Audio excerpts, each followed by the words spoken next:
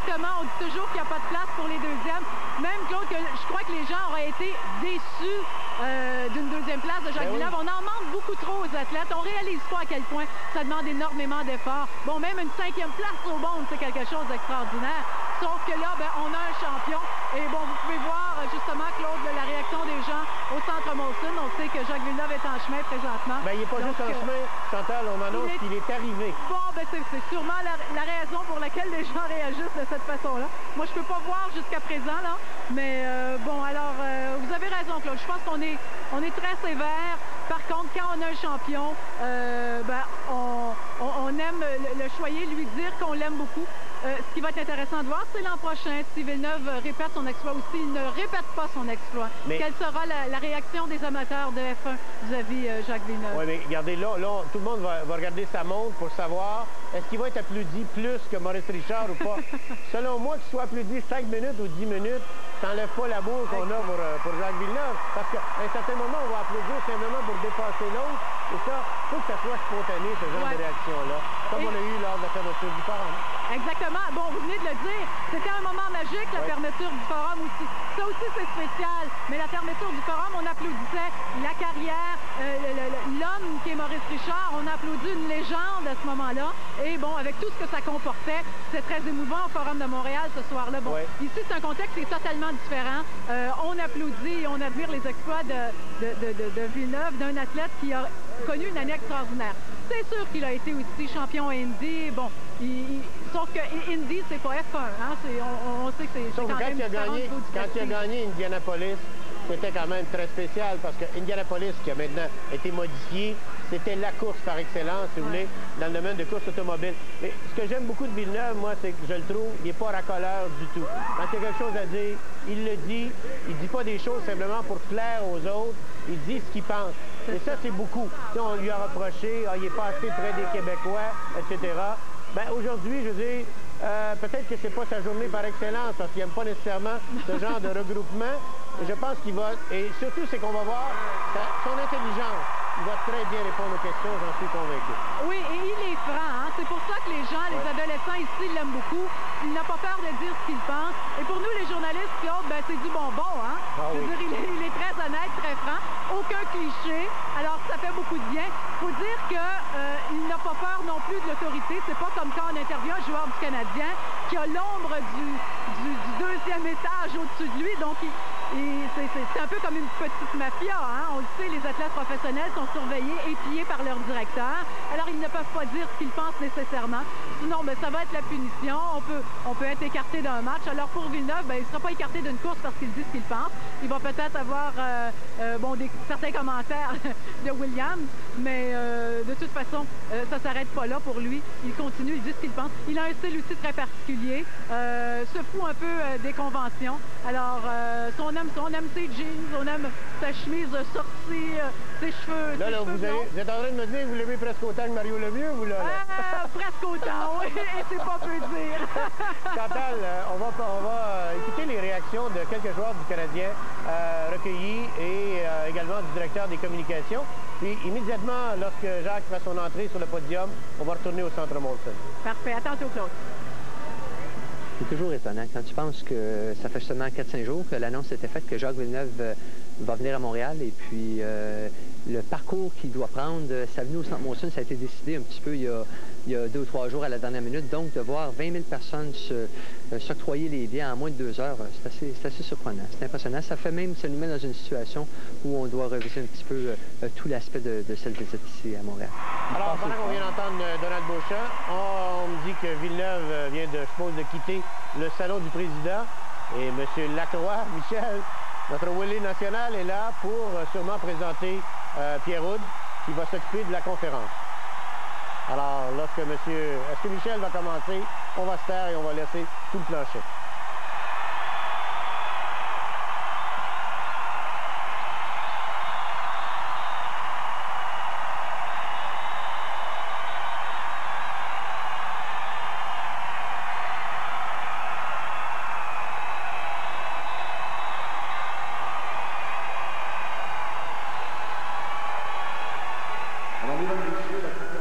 Va débuter dans quelques instants. Je demande aux caméramans, photographes et journalistes de bien vouloir s'asseoir sur le parterre, s'il vous plaît.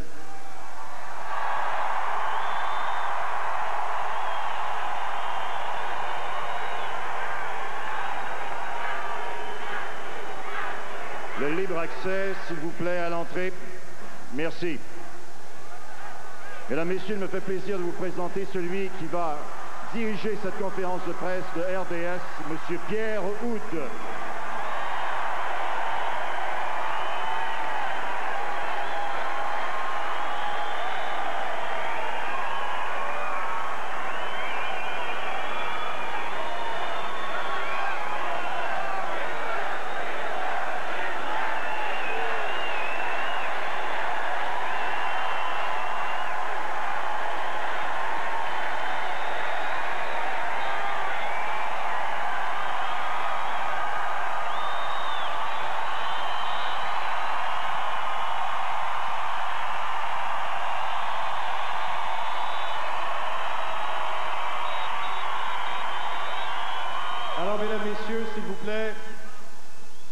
Tout d'abord, je voudrais vous souhaiter la bienvenue au Centre Molson.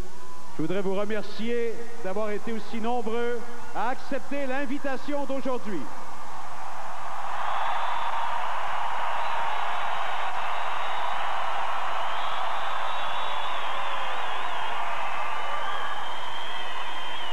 Je vais vous expliquer rapidement le déroulement de cette journée d'aujourd'hui. Dans un premier temps, il y aura 2 courtes présentations protocolaires très importantes qui vous seront présentées. Il y aura par la suite l'arrivée de Jacques ici. Nous allons ensemble... Gardez-en un peu. Il y aura par la suite une discussion d'une quinzaine de minutes entre Jacques et moi. On m'a demandé de vous représenter sur la scène ici. Alors, je le ferai avec plaisir. Donc, j'ai envie de vous dire que les 20 premières minutes de l'événement vous appartiennent et je deviens votre délégué. Par la suite, Jacques se joindra, évidemment, Jacques sera déjà ici. Il y aura la portion conférence de presse proprement dite. Alors, à tous les amis et collègues qui sont ici, nous aurons évidemment le déroulement d'une conférence de presse habituelle. Je pense qu'on ira à tour de rôle. Il y a des micros sans fil qui vous seront offerts. Je vous demande d'être évidemment conciliant avec le modérateur qui va chercher à vous donner la parole à tour de rôle, évidemment. Voilà donc pour le déroulement de cette journée. There will be, dear friends, a short portion in English so that we may do the best job possible for everybody. So there will be some translations during this press conference of today. Bon, si j'ai bien compris, vous êtes prêts.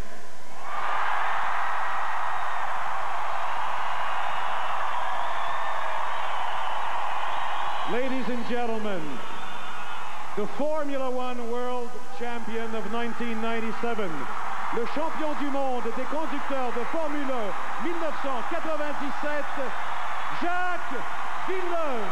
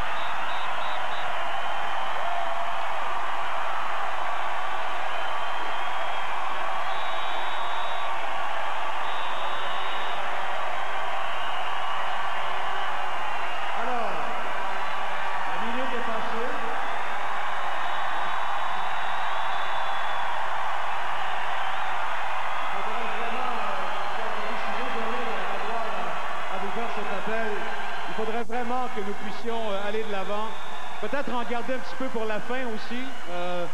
Comme ça, on pourra mesurer le temps bout à bout et voir quelle durée d'ovation. Mais je vous demanderai de nous aider. Merci beaucoup, s'il vous plaît. Parce que nous avons quand même des moments très importants à vivre ensemble au cours de la prochaine heure. Thank you for your help, ladies and gentlemen.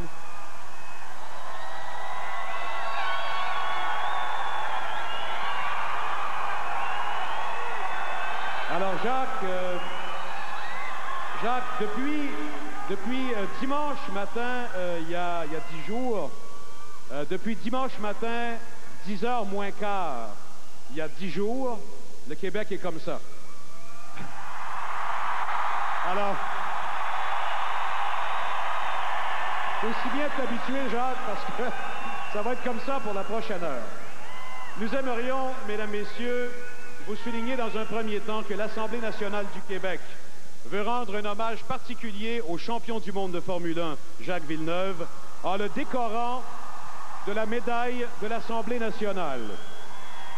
Cette médaille, gravée par Sartucci et frappée à l'Hôtel des Monnaies à Paris en mars 1976, représente côté face l'Hôtel du Parlement et côté revers Jean-Antoine Panet, premier orateur de la Chambre d'Assemblée du Bas-Canada.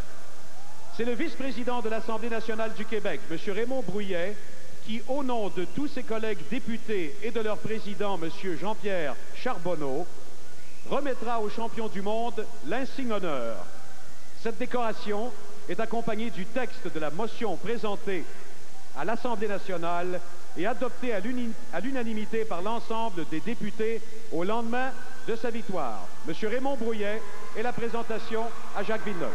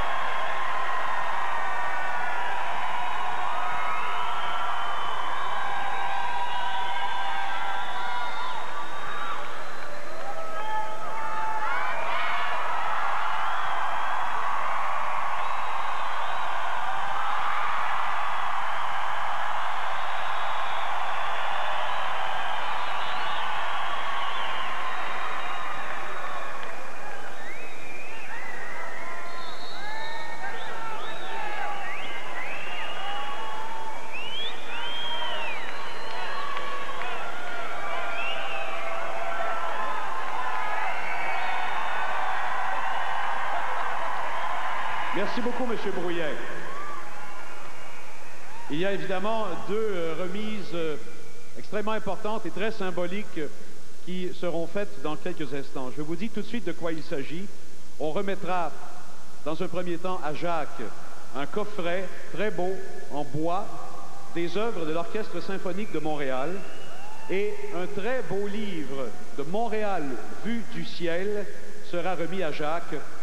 Et il était tout naturel que cette remise soit faite par nul autre que M. le maire de Montréal, M. Pierre Bourque. M. Bourque, s'il vous plaît.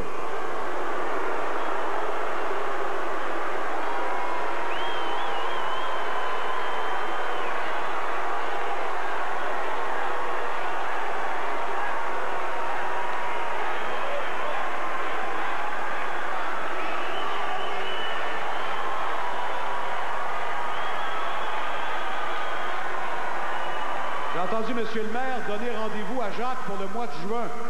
Alors Jacques, t'as rendez-vous, hein? Le premier week-end de juin, t'as rendez-vous ici à Montréal. Bon, mon cher Jacques, je vais t'inviter à prendre le microphone, parce que là, on a un petit peu de conversation à faire, toi et moi. Vous allez m'excuser, on fait dos à certains, on fait face à d'autres, on va tâcher de faire le tour. Jacques, et on ne peut pas le voir parce que l'écran est au-dessus de nous, mais étant donné que ma responsabilité est de servir d'intermédiaire entre les milliers de personnes ici et toi, je pensais que la meilleure conversation qu'on pouvait avoir, toi et moi, c'est de revivre le Grand Prix d'Europe dans ses faits saillants. Alors, une course Une course mémorable, évidemment. Alors, Jacques, les premières images qu'on doit avoir à l'écran, vous allez nous dire si c'est ça, ce sont des images de la qualification. Est-ce que c'est ça qu'on voit? Les images de la qualification du samedi. Alors, évidemment, Jacques, on a commencé le... C'est ça? Bravo. Alors, Jacques, on a commencé la qualification du samedi avec une image qui nous montre Jacques Villeneuve hors de sa voiture, mais hors de lui, qui va invectiver Eddie Irvine.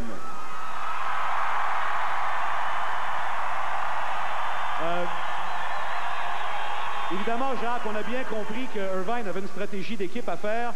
Tu as réussi cependant à obtenir la pole position dans des circonstances inimaginables. 3 temps identiques, tu as été le premier à faire. Alors, est-ce que finalement tu as eu les coups des franges sur la piste ou si il y a eu une tactique un peu d'intimidation qui a réussi de la part de Ferrari vis-à-vis de toi? C'est sûr que il y avait beaucoup de jeux d'équipe faits chez Ferrari où la position d'Irvine est purement pour aider Michael, ce qu'il avait fait à Suzuka. Et c'est ce qu'il allait faire tout au long du week-end de Jerez. Donc au bout de la 4e fois qu'il me bloquait pendant les essais, il fallait que j'aille lui dire quelque chose. C'est sûr, j'étais un peu énervé, mais il fallait absolument que je lui dise quelque chose et que les gens le voient. Comme ça, après, au moins, il pouvait le vérifier. Et il m'a foutu la paix pour le reste du week-end, donc ça, c'était important. Bon, bravo. Jacques, je pense que c'était important d'avoir la pole à Jerez. C'est un circuit qui n'est pas très rapide, un circuit qui est sinueux. Donc, on s'est dit, mission accomplie, Jacques part en pole. Il y avait ton coéquipier, évidemment, qui avait réussi le même temps que toi, qui pouvait t'aider. Arrive le fameux départ, je pense qu'on va le revoir d'ailleurs sur l'écran. Et là, je pense que les milliers de personnes ici sont d'accord. On a eu la frousse parce que tu t'es retrouvé 3e au premier virage. Et on a l'impression que délibérément, tu as laissé passer ton coéquipier Frentzen. Est-ce qu'à ce moment-là, déjà, il y avait une stratégie d'équipe pour la négociation du premier virage? C'est peut-être la première course où on a vraiment discuté longuement sur tout ce qui pouvait se passer en course selon ce que Michael allait faire, ce que Ferrari allait faire. Il fallait être préparé à chaque éventualité. Et à l'arrivée du premier virage, en voyant Michael devant et Heinz Harald très proche de moi, tous les deux, on n'était pas trop sûrs quoi faire. Donc, je n'ai pas fermé la porte, il est passé devant. Je l'ai laissé mettre la pression sur Michael pendant quelques tours. Et après ça, il a commencé à ralentir un petit peu. Et donc, il m'a laissé passer pour que je puisse me battre moi-même. Bon. Alors donc, il y a eu cette stratégie d'équipe. Quand on a vu Heinz-Harald Frentzen, je pense qu'on attendait comme partenaire, si tu veux, dans ce championnat du monde. Il faut dire que Heinz-Harald n'avait peut-être pas eu des chances immédiates de t'aider jusque-là. Là, finalement, c'est peut-être une autre image. Je pense qu'on a. Heinz-Harald te laisse le passage. Et là, on sent enfin que la chasse est ouverte. Et on se dit, on a le meilleur scénario possible. À ce moment-là, quand Heinz-Harald te laisse passer, toi, est-ce que tu connais très bien la performance de ta voiture et te sens-tu parfaitement en mesure de partir à la chasse de Michael Schumacher? Oui, c'était une des meilleures voitures qu'on a eues de toute la saison. Les réglages étaient très bons et je connaissais les limites de la voiture. Je savais que je pouvais attaquer. Mais en même temps, je savais que Michael devant était un pilote difficile déjà à rattraper parce que c'est un pilote rapide qui est capable de faire des tours de qualif tout au long de la course. Mais la poursuite était lancée et tout ce qu'il fallait faire, c'était d'attaquer au maximum chaque tour sans faire d'erreur. Donc, je grignotais quelques dixièmes un tour, je les reperdais le tour suivant. Et ça a été un petit peu un jeu de chat et souris jusqu'au dépassement. Le dépassement. Le fameux dépassement qu'on va revoir.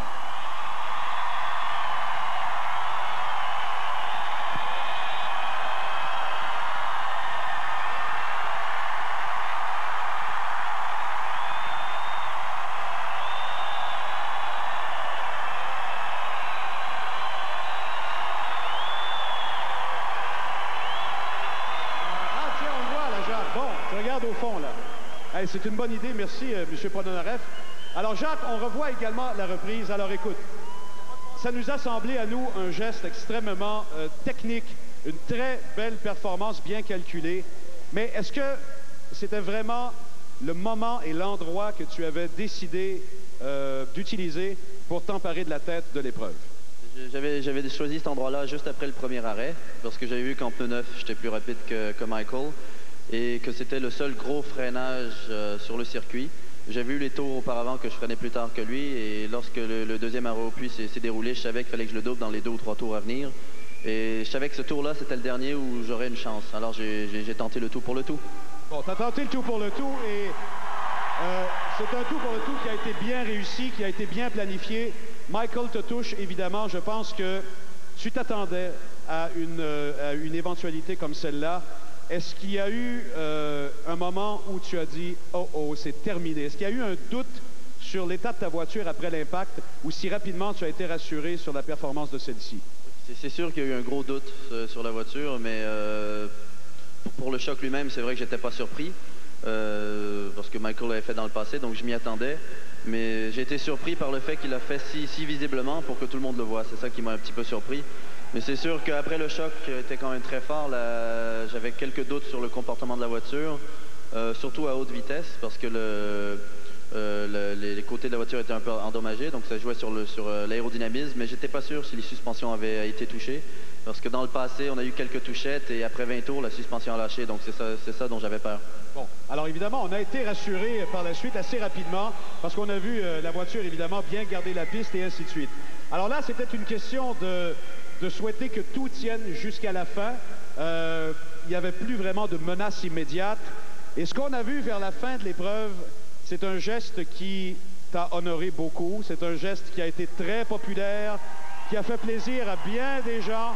Quand tu as laissé le passage à Mika Hakkinen et à David Coulthard, qui, dans le cas d'Hakkinen, je pense, avec la carrière qu'il a connue jusqu'ici, avec les mésaventures qu'il a connues, je pense qu'on était d'accord, Jacques, qu'il méritait une victoire. Tu lui as donné ce coup de pouce. Et c'est un geste très populaire qui a été très apprécié à travers le monde. Raconte-nous un petit peu comment ça s'était planifié. Oui, ben c'est vrai que Mika le méritait. Il avait souvent été devant et il avait eu souvent des problèmes, donc il le méritait. Mais la raison que ça s'est passé, c'est que les deux McLaren ne se sont pas mélangés au combat, alors qu'ils pouvaient le faire en début de course. Ils ont décidé de rester loin et donc de compromettre un peu leur propre course. Et ça, faut s'en souvenir. Même si c'est la fin de la course et qu'on est en tête, il faut se rappeler de choses comme ça. Faut pas cracher sur tout le monde non plus. Et de toute façon...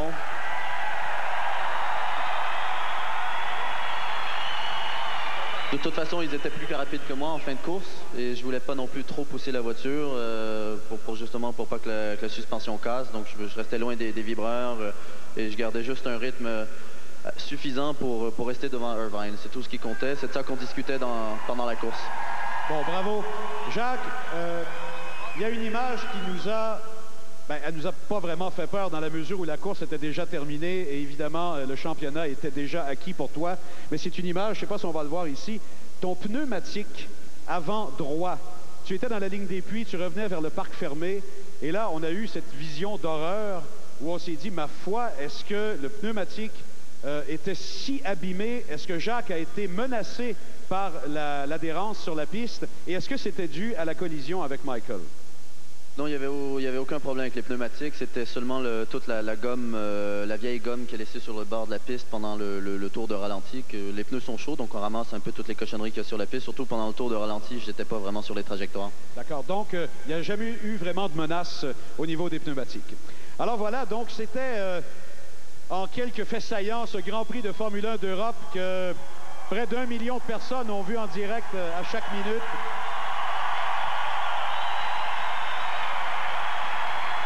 Jacques, je vais te demander peut-être un très bref résumé de ce Grand Prix de Formule 1 d'Europe pour nos amis de langue anglaise qui sont ici. So, Jacques, could you just give us a brief recap of this Formula 1 Grand Prix for you in English for our friends that are here today?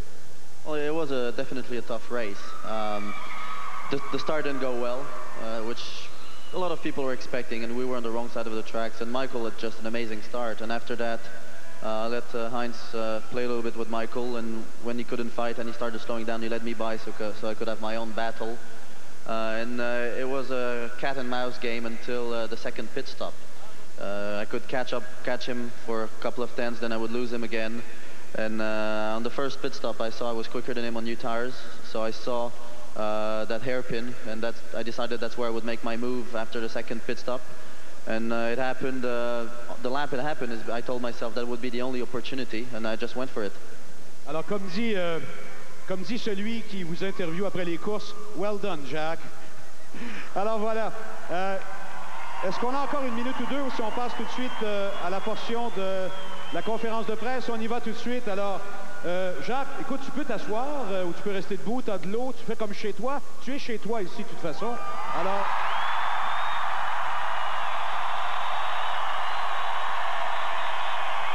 La première question sera posée par Pierre Lecourt du Journal de Montréal. Pierre Lecourt.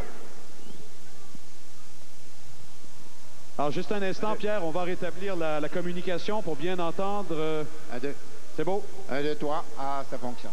Bon, d'abord, Jacques Villeneuve, félicitations. Pour ceux qui t'ont suivi jusqu'au début, je pense que c'est un bon cheminement. Et il y a Jacques, il y a 20 ans, à presque un mois de différence, il y a une légende ici au Québec qui gagnait sa première course en Formule 1, il s'appelle Gilles Villeneuve.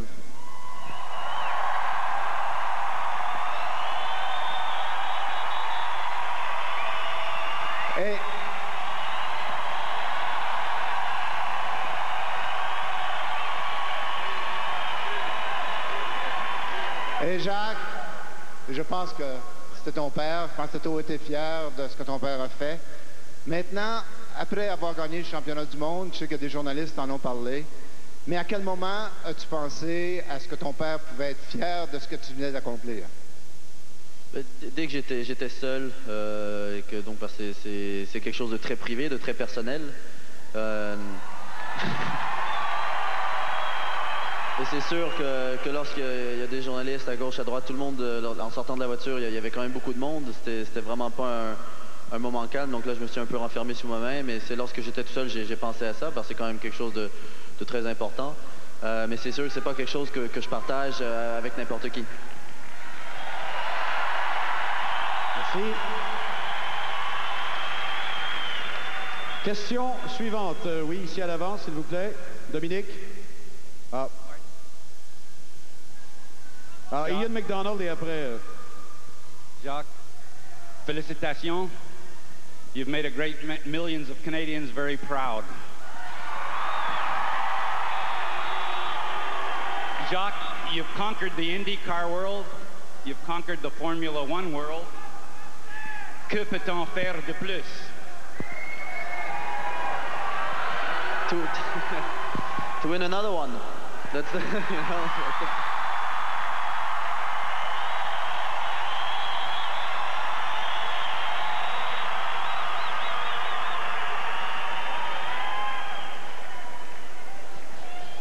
Oui. Okay. Bon, Pierre.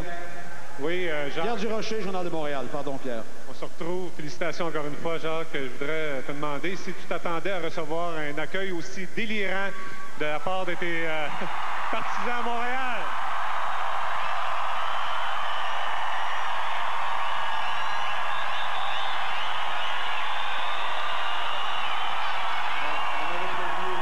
On avait prévu après la course que c'était un petit peu la folie ici.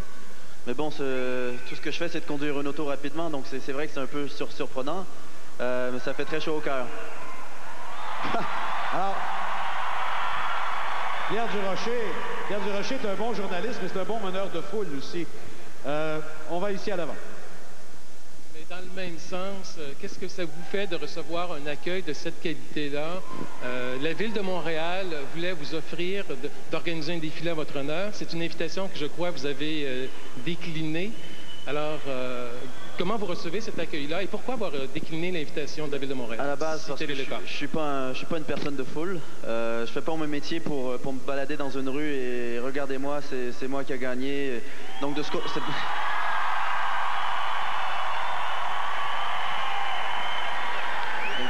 Je préfère les choses quand même plus chaleureuses, plus personnelles.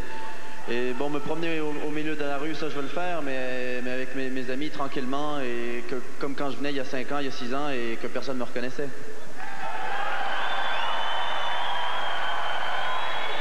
Merci. Sous question, on ne vous entend pas s'il n'y a pas de microphone, par exemple. Alors...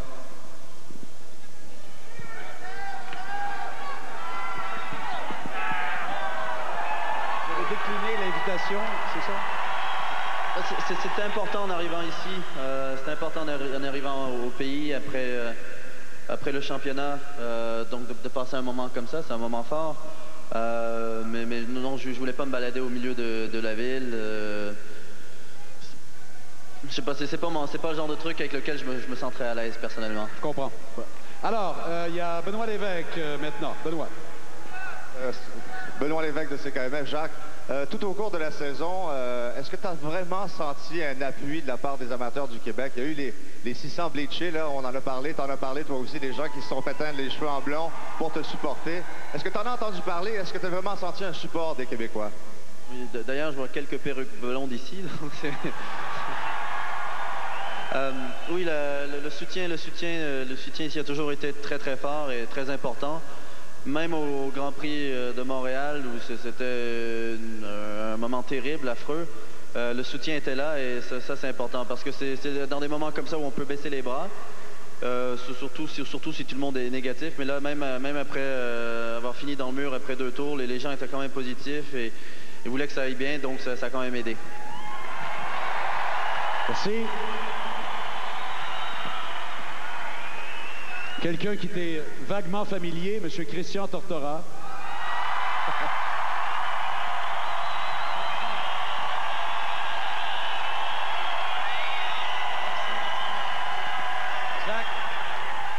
Jacques, est-ce que tu aurais, si c'était à refaire, changé quelque chose cette saison? Qu'est-ce qui t'a manqué? La seule chose que j'aurais changé, ça aurait été le Grand Prix de Montréal, définitivement. C'était la meilleure manière de gagner. Lorsqu'on doit se battre contre les événements, lorsqu'il faut revenir de l'arrière, c'est sûr que les chances de ne pas gagner sont quand même énormes. Mais si ça se passe bien, la victoire n'est que plus douce et plus satisfaisante. Parce que c'était vraiment un combat très très fort jusqu'à la fin. Et si on avait gagné facilement à la mi-saison, ça aurait été un petit peu ennuyant. Il y a Michel Deshôtels qui avait demandé le microphone. Après ça, on reviendra de ce côté-ci. Michel Deshôtels. De Radio-Canada. Jacques, moi aussi, j'ai une question personnelle et privée, mais je vais prendre une chance quand même. Lorsque vous avez aperçu cette voiture rouge dans le virage se rabattre sur vous, quel est le mot qui vous est passé par l'esprit, si on peut le répéter devant un auditoire familial?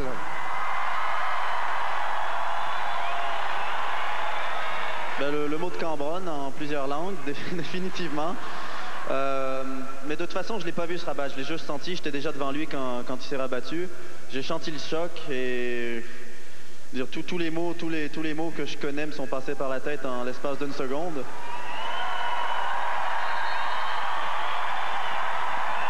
Alors, on va complètement de ce côté. Merci, Jacques. Si je vous dis les mots maintenant, après, ils vont me rappeler à Paris. Donc, je ne vais pas les dire.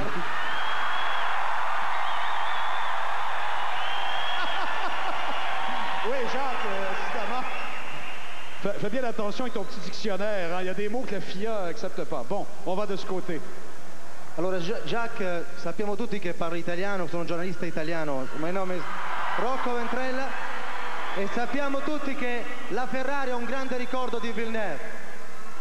Quindi una domanda molto semplice, l'ultima gara che è stata fatta in Spagna. E penso che tutte le gare che hai fatto sono state bellissime, un grande ricordo che c'hai è proprio nell'ultima gara lo scontro con Schumacher.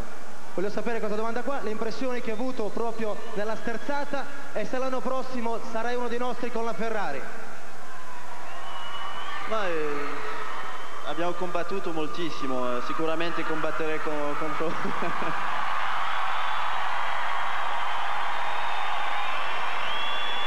Quando stai combattendo così non guardi contro quale squadra, però sicuramente adesso avranno un altro ricordo di Villeneuve. Grazie, signor. Grazie. Jack Todd from the Montreal Gazette. Jacques, you told us in Spain that it hadn't yet sunk in that you were the world champion. When you come home and see this, is this the moment that it really hits you? Yeah, the next day when I got home with all the friends, and that's when it sunk in, and then getting here and seeing all this reaction, it really makes it special. Merci. Paul Hood de CFGL et de La Fin du Monde est à 7 heures. Mais là, La Fin du Monde est plus de bonne heure. La Fin du Monde est à 4 heures, je pense. Oui, Paul. Jacques, je dois dire que dans notre propre famille, on fait référence à Paul Hood comme étant le frère de Pierre Hood maintenant. Jacques, on sait que vous aimez beaucoup la musique. Au cas où tu ne le saurais pas, dimanche soir, devant 54 000 spectateurs au Stade olympique, Bono de U2 a commencé en disant « Vive Montréal, vive le Québec, vive Jacques Villeneuve ».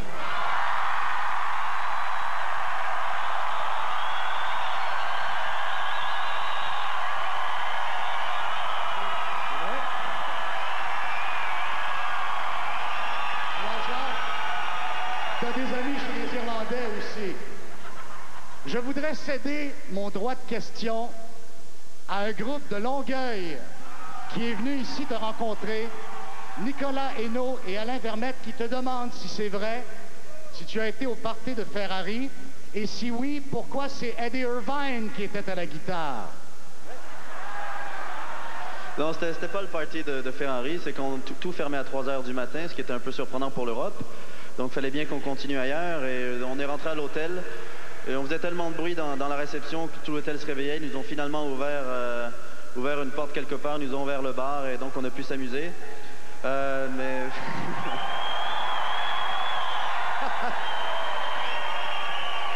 j'ai été obligé de faire barman, c'était beaucoup de travail.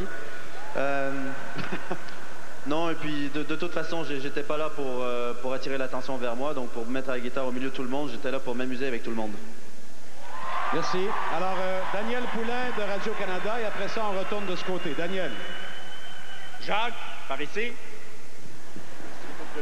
Eddie Irvine m'a dit en Espagne, et je le dis en anglais d'abord parce qu'il me l'a dit en anglais, « Only the French Canadians can root for Jacques Villeneuve. » Jacques, as-tu l'impression que le soutien que tu reçois ici aujourd'hui, tu le sens également ailleurs, à travers le monde? C'est pas la même chose qu'ici, définitivement pas. C'est normal. Parce que, bon, même si j'ai grandi en Europe, mes souches sont canadiennes, sont québécoises, et ça changera jamais.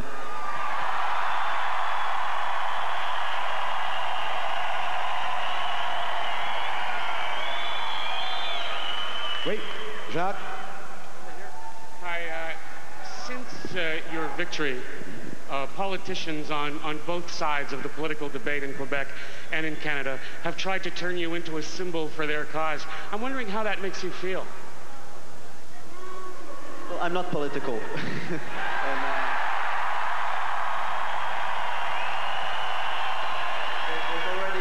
There's already a lot of politics in sports. You know, it's important because that's the only way to talk to a lot of people and to organize anything. But personally, I don't want to get involved into anything politic because that's not my job. Merci. On retourne de ce côté. On reviendra là après. Oui.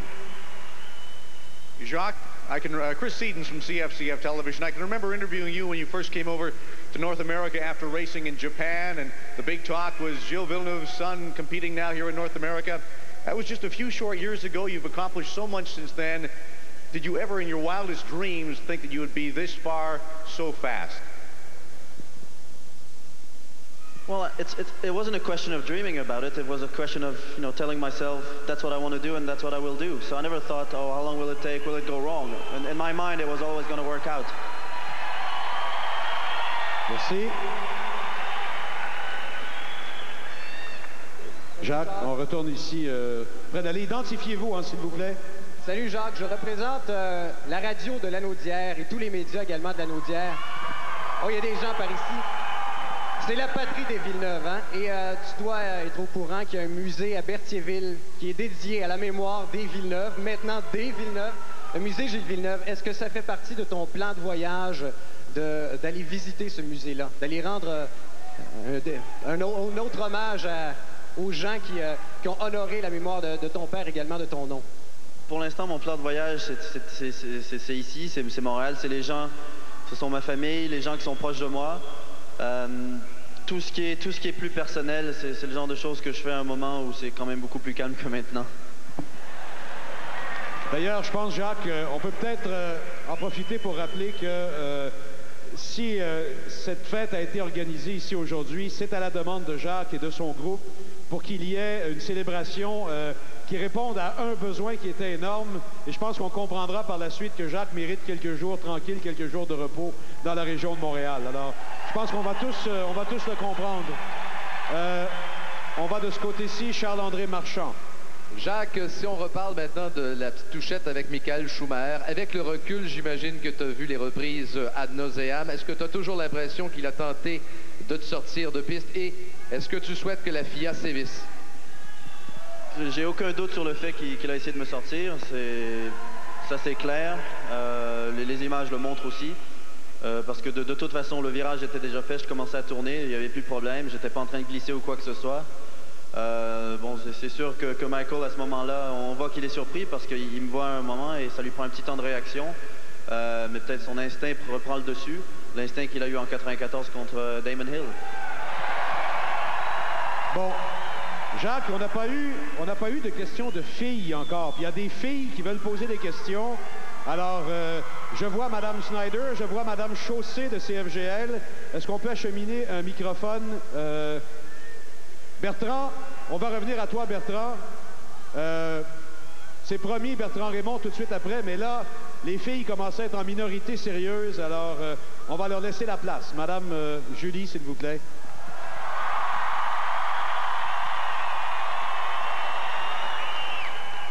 Jacques, on sait que tu vas assister au match des Canadiens ce soir. Est-ce que pour leur porter chance, c'est toi qui vas conduire la Zamboni? J'ai pas l'habitude de conduire sur la glace, donc ça pourrait être dangereux. Est-ce que vous allez sortir après avec les joueurs de hockey? Est-ce que vous allez faire la fête? Ça, c'est un petit secret.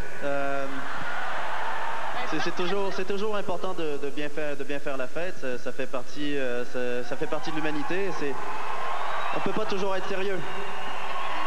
Mais Jacques, j'aimerais te rappeler que dans la Ligue nationale de hockey, maintenant, il y a 2 Zamboni sur la patinoire. Regardons à gauche un peu au cas où, des fois, si tu veux conduire la Zamboni ce soir, juste au cas où. Madame Chaussé de CFGL voulait également poser une question, donner une chance aux filles, et on revient à Bertrand Raymond après. Madame Isabelle. Ça va être une question de filles, justement. Jacques, tu faisais la couverture du Paris Match cette semaine. On sait que c'est une photo. C'est une photo qui date de déjà 1 an. Elle nous a complètement séduites, nous les filles. Et j'aimerais savoir, lors de cette séance de photos-là, comment ça s'est passé et comment tu t'es retrouvée avec une combinaison en bas du nombril et comment est-ce que tu te sens à avoir détrôné Rock Voisine comme sexe symbole du Québec? Oh, on entre dans les questions un peu musclées, mon cher Jacques.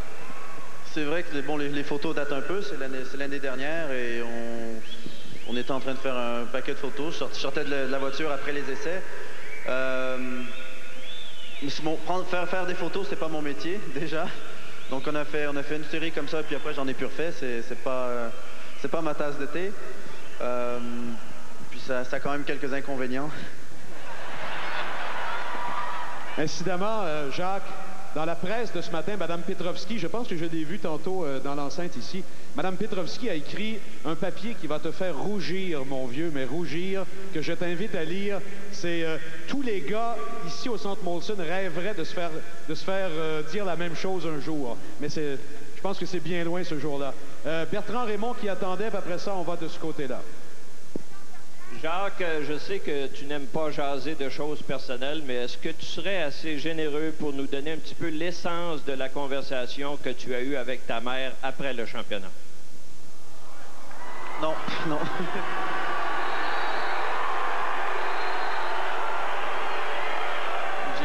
J'ai eu des conversations avec pas mal de gens après la course, mais de toute façon, quelque chose de personnel, faut le garder personnel. Si on commence à le crier sur tous les toits, c'est plus personnel.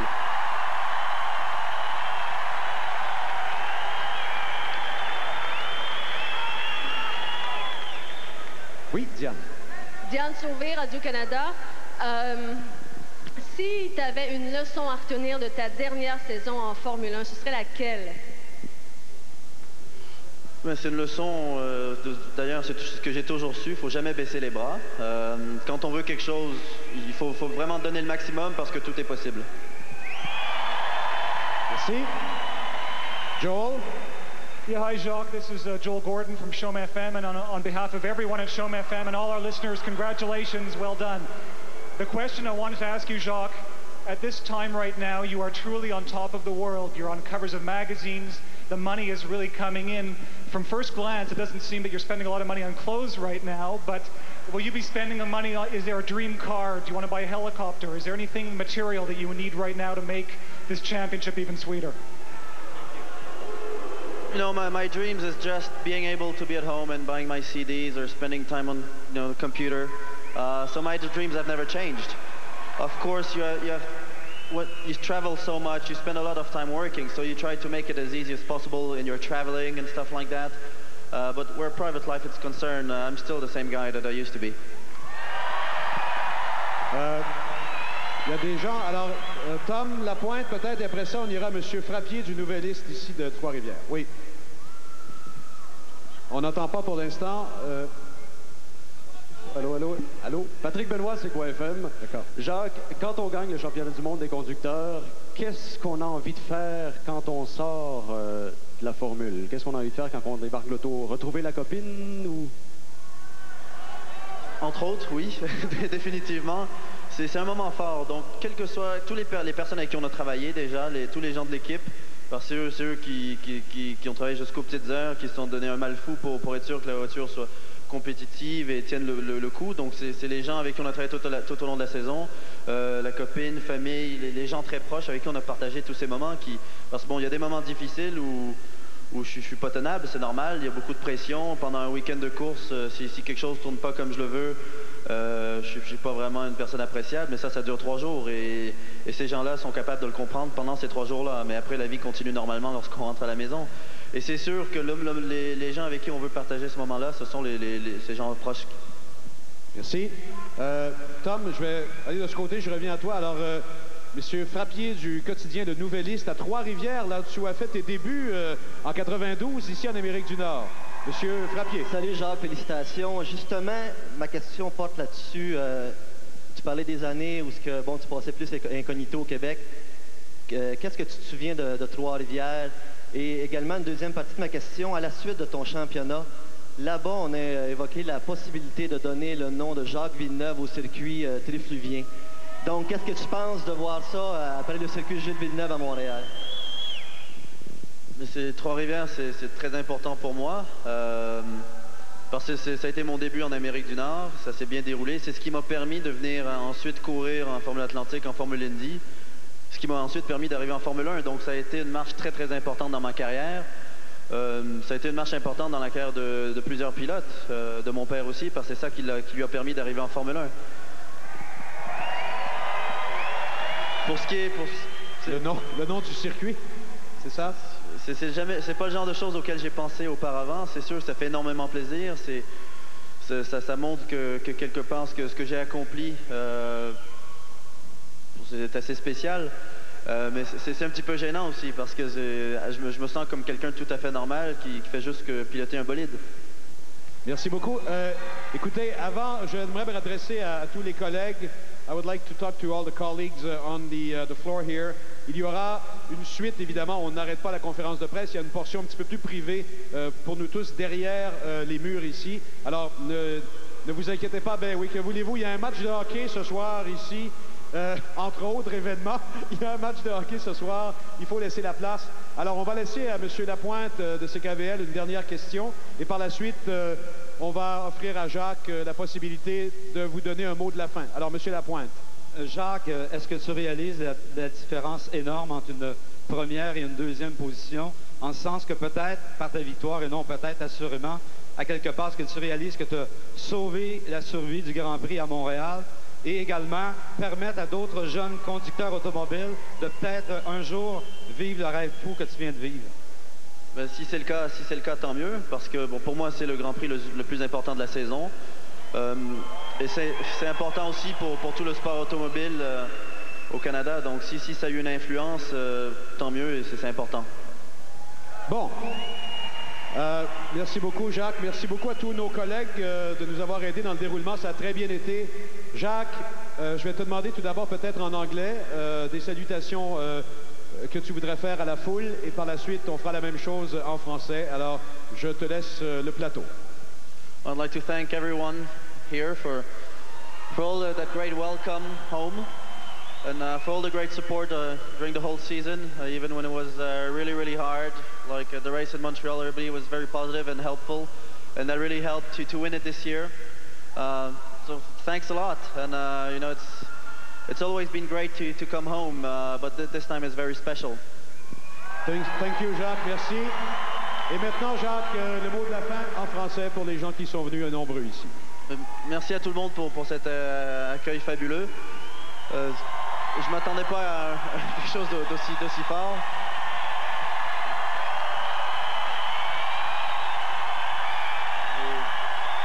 Merci aussi pour le support tout au long de la saison. Ça a été très très important parce qu'il y a eu des moments très difficiles, que ce soit à Montréal, que ce soit d'autres courses, mais le support a toujours été très positif, même dans les grosses déceptions, et ça a beaucoup aidé pour gagner ce championnat. Donc, mais merci beaucoup et je vous le dédie à tout le monde.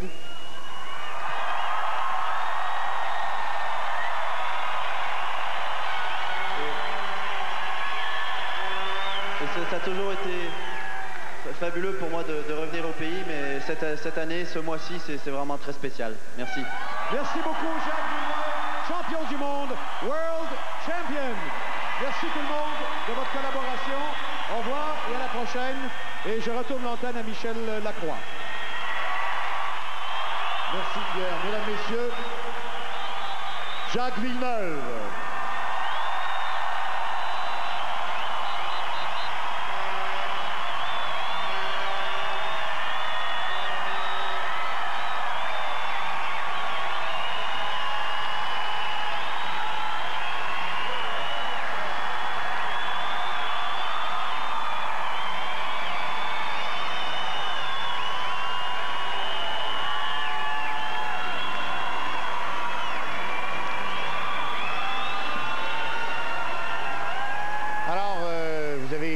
Entendu, mais non, c'est pas encore terminé parce que dans quelques instants, on aura le plaisir de poser directement les questions à Jacques. Sûrement que Chantal est en train de se préparer, Jacques est en train de descendre du podium. On rappelle très rapidement les moments forts. C'était à peu près tous les moments forts.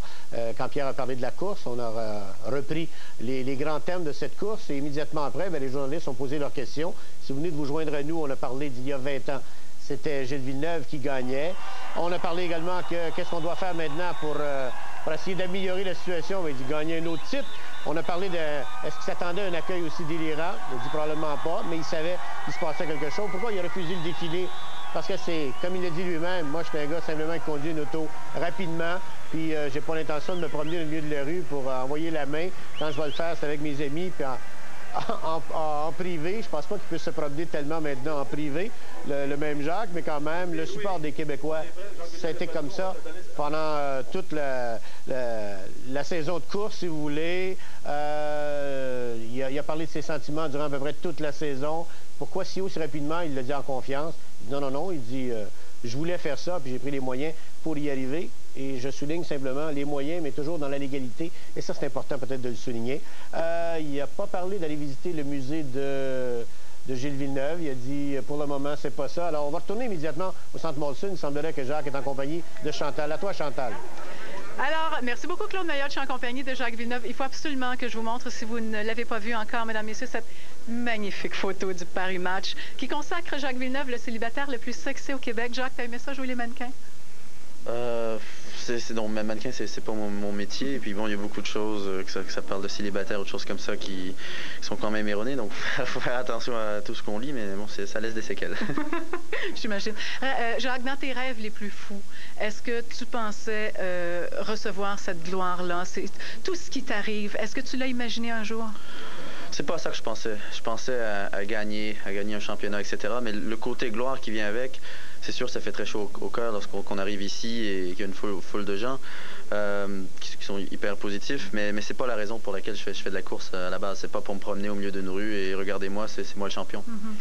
Cette preuve d'amour-là que tu as reçue aujourd'hui, que tu reçois partout à travers le monde, ça semble te mettre un peu mal à l'aise. Est-ce que je me trompe?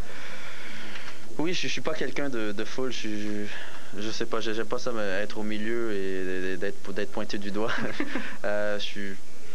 c'est quelque part, oui, ça fait plaisir, c'est normal, parce que ça montre qu'il y a une réussite, que ce que j'ai fait a quand même touché beaucoup de monde. Mais en même temps, c'est un petit peu gênant parce que je me sens comme quelqu'un de tout à fait normal. Est-ce que tu trouves ça trop, les honneurs que tu reçois, bon, la médaille de l'Assemblée nationale et tout ça? J'ai même pas pensé, parce que c'est pas la chose pour la raison, c'est pas la raison pour laquelle je compétitionne, c'est pas ça que je pensais avant de courir. J'ai pas pris le départ à Jerez en me disant ah, si je gagne, ça va être fabuleux, les gens vont être fantastiques. C'est sûr que si on y pense, on se rend compte que ça va arriver et que ça fait plaisir. Trop, c'est pas à moi de juger, mais bon, c'est sûr que là, je pense que ça atteint le maximum. Maintenant, ça sera toujours plus bas. As-tu hâte que tout ça se termine finalement pour pouvoir relaxer un peu? Ben, maintenant, les vacances commencent. C'est important de venir ici, de rencontrer les gens.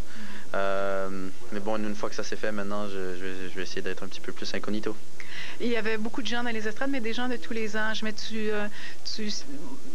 bien sûr, tu attires l'attention de beaucoup d'adolescents. Est-ce que tu es conscient que tu es vraiment un modèle pour eux? Et est-ce que tu trouves ça trop lourd pour toi ou est-ce que tu es à l'aise avec ça? Non, je suis assez à l'aise parce que, bon, qu'est-ce que ça a fait? Ça fait porter à certains gens des cheveux blonds. Donc, c'est pas quelque chose de mauvais ou de méchant. Donc, tant que ça a une influence sur des petites choses comme ça qui sont pas très importantes ou que ça donne envie d'aller de l'avant et donc que ça amène le sourire ou que ça donne une certaine gaieté, que ça pousse les gens à mieux faire, tant mieux. Si c'est le contraire, par contre, non. Est-ce que tu vas rester à Montréal encore quelques temps? Ben, je vais essayer, ça dépend. Si je suis incapable de me balader ou de faire 5 mètres dans la ville, c'est sûr que je reviendrai à un moment plus calme. Merci beaucoup, Jacques Villeneuve, et toutes mes félicitations encore pour cette magnifique saison. Merci, vous êtes bien aimable. Alors voilà, Claude, de retour à vous en studio. Merci beaucoup, Chantal. Eh oui, alors, va-t-il pouvoir relaxer à Montréal? C'est peut-être un peu difficile. On sait que ce soir, il va mettre la rondelle au jeu au match entre le Canadien et les Coyotes. Après ça, ben, il va peut-être fêter avec Quintal, Brisebois et compagnie, parce que vous savez que le Canadien quitte demain pour un voyage de 4 matchs, donc plus d'une semaine sur la route. Donc, il ne pourra pas passer beaucoup de temps avec ses chums, mais il y en a tellement d'autres. Alors, espérons qu'il pourra rester, espérons qu'on pourra lui donner un peu d'espace, si vous voulez, pour qu'il ne nous quitte pas immédiatement, qu'il puisse profiter de tous les charmes de Montréal. On se quitte quelques instants et on revient rapidement.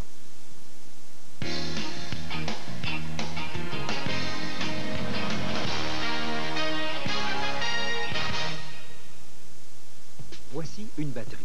En apparence, elle ressemble aux autres. Mais c'est une batterie UAP Napa, conforme aux normes de qualité UAP Napa. UAP Napa, la vraie marque de confiance. Disponible chez Autopro et les détaillants autorisés UAP Napa.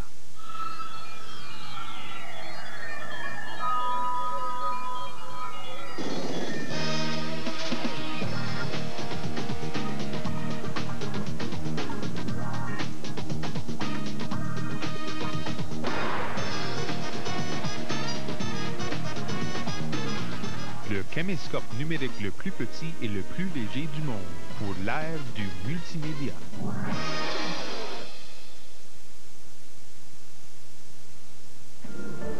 S'ouvrir, rayonner, partir à la conquête de nouveaux espaces économiques pour grandir, prospérer. Nous avons l'énergie pour fonder des alliances, pour rentabiliser nos acquis. Développons ensemble. Pour vivre une nouvelle grande aventure, donnons-nous le pouvoir d'avancer. Hydro-Québec, une énergie nouvelle. La voie rapide des Caries fermée, c'est complètement congestionné. La circulation est une présentation de Molson Drive. Tous les accès à l'autoroute des Caries sont bloqués. L'attente s'étend sur plus de 7 km en autoroute.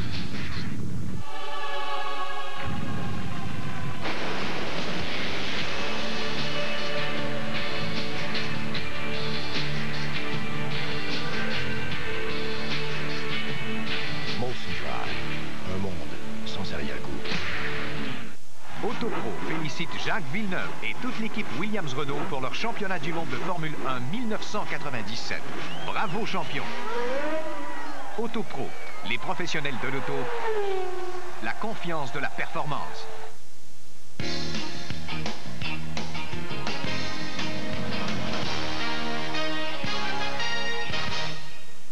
Alors, Jacques Villeneuve vient de nous dire tout est possible. C'est la leçon qu'il retient de sa saison en Formule 1. Il ne faut jamais baisser les bras, même si on pense qu'on a toutes sortes de difficultés. il y a eu des questions assez pertinentes. J'aurais aimé ça qu'il réponde s'il pense que, que Schumacher va être puni la semaine prochaine parce qu'il a évité habilement. Je vais retourner immédiatement voir Chantal qui est en train de se préparer alors dans quelques instants. Et parce qu'il n'a pas voulu se mouiller, c'est évident, mais en même temps, je me demande de quelle façon il réagit. Parce que vous avez peut-être lu ce matin dans les journaux, il y en a même qui suggèrent d'avoir un carton rouge en F1 maintenant. En d'autres mots, comme un peu au soccer, on n'attend pas une semaine, 2 semaines ou 3 semaines pour rendre une décision. Si le commissaire de bord décide qu'il y a eu faute, carton rouge, le gars est immédiatement éliminé. Ça joue dur parce que là, c'est le jugement, mais c'est un peu comme ça dans d'autres sports. Il y en a qui disent ça n'a pas de bon sens. Mais n'oubliez pas une chose, c'est qu'au soccer, si on sort le carton rouge, le joueur est expulsé. Si c'est une bonne ou une mauvaise décision de la part de l'arbitre. Alors, on retourne voir Chantal. Chantal, je pense que Jacques est assez habile pour en éviter quelques-unes. La preuve, c'est que dans la conférence en général, il a répondu à ce qu'il voulait répondre. Bien, effectivement, on en a parlé, Claude, juste avant cette conférence de presse. L'honnêteté de Jacques Villeneuve, lorsqu'il ne veut pas répondre à des questions, il est très à l'aise de dire non, c'est trop personnel et je ne réponds pas. Moi, je préfère ça que de me faire dire n'importe quoi, un cliché ou n'importe quoi. Moi, la franchise, j'admire ça. Bon, c'est sûr que des fois, les journalistes sont un petit peu mal à l'aise. On n'est pas tellement habitués à ça, n'est-ce pas? Mais quand même, je trouve que c'est très bien. C'est comme ça que ça devrait marcher, dans le fond. La preuve, c'est quand il parle, il dit « je suis pas très politique ». S'il avait voulu être politically correct, il aurait dit « sûrement que je vais aller faire un petit tour au musée Gilles Villeneuve ». Mais si c'est pas dans ses plans, il a tout simplement dit « mais pour le moment, ça fait pas partie de... Et si j'y vais, ben, ça va être peut-être gardé secret ou quelque chose du genre ». Bien, c'est ça. Il a été très habile dans cette réponse-là, de toute façon. Écoutez, il y a des Italiens ici, il y avait des anglophones, des francophones. Alors, il ne se met personne à dos à ce moment-là. Et je pense qu'il était honnête. Je pense qu'il disait vrai. Il ne s'intéresse plus ou moins à la politique. Ben, de toute façon, il est en Europe les 3/4 du temps ou ailleurs dans le monde. Alors, à ce moment-là, il n'est pas vraiment en contact avec la réalité politique du Québec, là, parce qu'il n'est pas tellement souvent ici. Et ben, il a très bien répondu, de toute façon. Chantal, il nous a donné l'impression d'être calme. Là, tu étais juste à côté. Est-ce que tu as senti une certaine nervosité, fébrilité ou quand même très calme? Non, non, Claude, je peux vous dire, moi, j'étais juste à côté de lui avant qu'il n'entre dans le centre Monson, ici, là, au centre de la patinoire. Il était très nerveux, il bougeait sans cesse, il piétinait un peu. Bon, juste avant l'entrevue, je lui ai demandé comment tu te sens. Il a dit, ouf, il dit, je suis content. Il dit, là j'ai hâte de retourner me reposer un petit peu, d'aller avec mes amis. Il dit, c'est gros, hein, il dit, c'est quelque chose. Il dit, le cœur te débat comme ça là, pendant un bon bout de temps. Il était impressionné, ça je peux vous dire, mais il était aussi assez nerveux. On peut comprendre, hein? C'est toute une émotion qu'il a reçue. C'était incroyable, c'était vraiment incroyable de sentir l'appui de la foule et de l'amour qu'on lui a donné aujourd'hui. C'était assez gros. Je pense qu'il va se rappeler de cette journée-là, Claude, pour un bon bout de temps. Est-ce que vous savez s'il va aller voir les joueurs du Canadien avant le match ou simplement après le match? J'ai pas eu l'occasion de lui demander. Alors, je sais pas. Je sais que là, il quittait le centre Monson à ce moment-là. Probablement pour aller prendre une bouchée, j'imagine. Je sais pas s'il va rencontrer les joueurs avant, toutefois. Je peux pas vous répondre là-dessus, mon Claude. On nous a fait dire qu'après la mise au jeu, il passait peut-être la première période en arrière du banc, mais la deuxième et troisième dans une loge. Parce que j'ai l'impression que ça va être difficile de retenir les gens qui vont vouloir s'approcher de lui ce soir. Oui, d'ailleurs, il y a énormément de gardes de sécurité ici aujourd'hui. Je sais pas si on a augmenté les effectifs, mais il y en a partout. Ça, je peux vous dire ça. Et exactement, ça sera vraiment pas facile. J'ai l'impression qu'il y a des gens qui vont vouloir avoir des autographes. Il y a même beaucoup de gens ici, là, cet après-midi, qui ont tenté d'avoir des autographes. Des journalistes aussi, cher Claude. J'en doute pas. Et c'était impossible. Vraiment, bon, il a ses gardes du corps autour de lui. Il a tout son personnel qui veille à lui. Là. Alors, c'est pas facile de l'approcher. Est-ce que le public a apprécié ce qu'ils ont vu cet après-midi ou il en aurait voulu plus ou quoi? Pardon, Claude, j'ai pas entendu la question. Je me demandais, est-ce que le public a apprécié ce qu'ils ont vu cet après-midi ou il en aurait voulu encore plus? S'il aurait voulu encore plus de cette... plus longtemps la conférence, quelque chose du genre. Ah non, je pense qu'il était heureux que ça soit terminé, moi. Je pense que la façon qu'il m'a répondu, de toute façon, non. Et il a dit, ce n'est pas tellement un gars de foule. Alors, non, je pense qu'il était très heureux. Il semblait là, soulagé, là, vraiment livré là, d'un poids énorme. Merci beaucoup, Chantal. Merci, Claude. Au revoir. J'ai pas le choix de quitter parce que là, on est en train de me sortir. Oui, et vous êtes aussi en studio. Absolument. Bye-bye. Bye-bye. Restez avec nous dans quelques instants. On revient rapidement.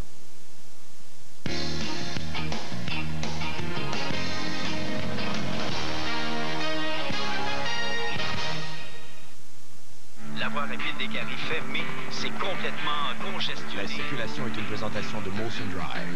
Tous les accès à l'autoroute des caries sont bloqués. L'attente s'étend sur plus de 7 km en moto.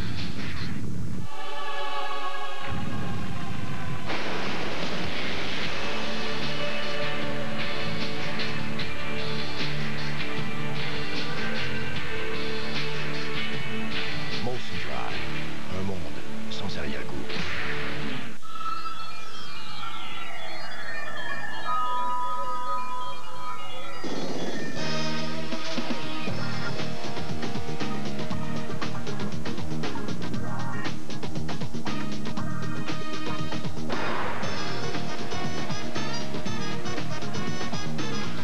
Le caméscope numérique le plus petit et le plus léger du monde pour l'ère du multimédia. Pour nos 50 ans, on donne les cadeaux. Remplacez votre pare-brise et recevez une carte d'appel de 50 minutes gratuite d'interurbain partout en Amérique du Nord. Jouez la bonne carte avec Lebeau. De la boîte à rangement au marchepied, du déflecteur avant, à l'aileron, tous nos accessoires sont offerts à tout petit prix. 50 ans, ça se fête en grand. Décrire en un mot le steak de la cage au sport. Bon gros steak. Un seul mot, Pierre. Gros steak. Tendre et génial. Comme moi? Comme lui. Excellent pointage. C'est le festival du steak dans les 41 restaurants La Cage au Sport. Tous les jours dès 16h, La Cage vous offre une variété de 4 beefsteaks cuits sur le grill à partir de seulement $9,95. La Cage! Steak poulet pour lever! En un mot, je l'ai. Impossible.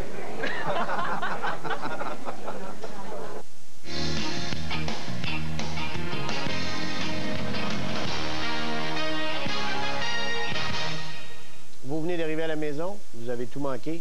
Faites-vous-en pas à compter de 18h30. On va vous montrer, si vous voulez, l'arrivée de Villeneuve à l'aéroport, les moments forts de cette conférence, l'entrevue qui est accordée à Chantal, mais également un peu le pouls, si vous voulez, de ce qui se passait au Centre Molson, toute l'ambiance qu'il y avait là.